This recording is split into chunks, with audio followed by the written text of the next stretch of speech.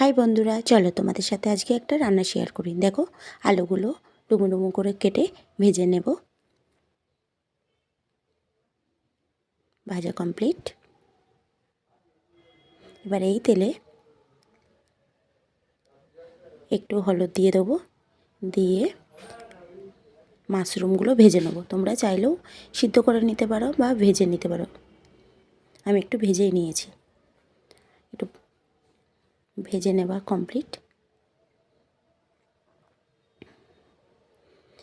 সেই তেলে একটু পেঁয়াজ কুচি,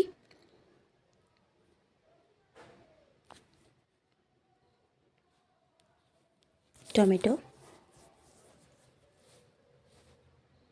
ভালো করে নেড়ে চেড়ে নেব।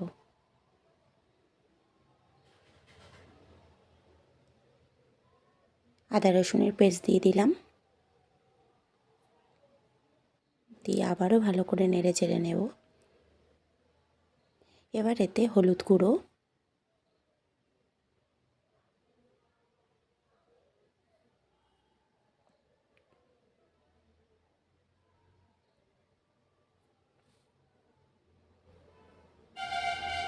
লঙ্কার গুঁড়ো দিয়ে ভালো করে নেড়ে চেড়ে নিচ্ছি।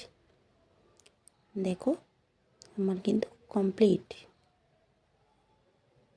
এরপর এতে ভাজা আলু আর মাশরুমটা দিয়ে দেব, দিয়ে ভালো করে নেড়ে চেড়ে নেব।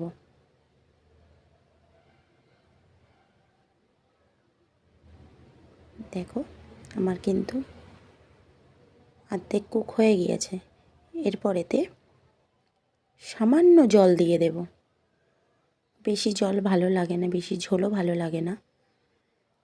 ঝোলটা ফুটতে দেব।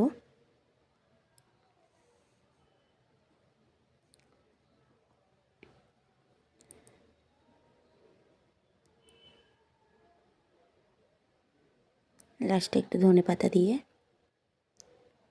ভালো করে নেড়ে চেড়ে লাবিয়ে নেব।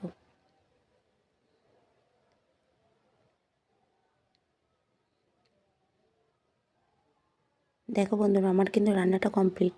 ভিডিওটা কেমন লাগলো জানিও, আর ভালো লাগলে লাইক, কমেন্ট, শেয়ার আর সাবস্ক্রাইব করে দেবে। টাটা।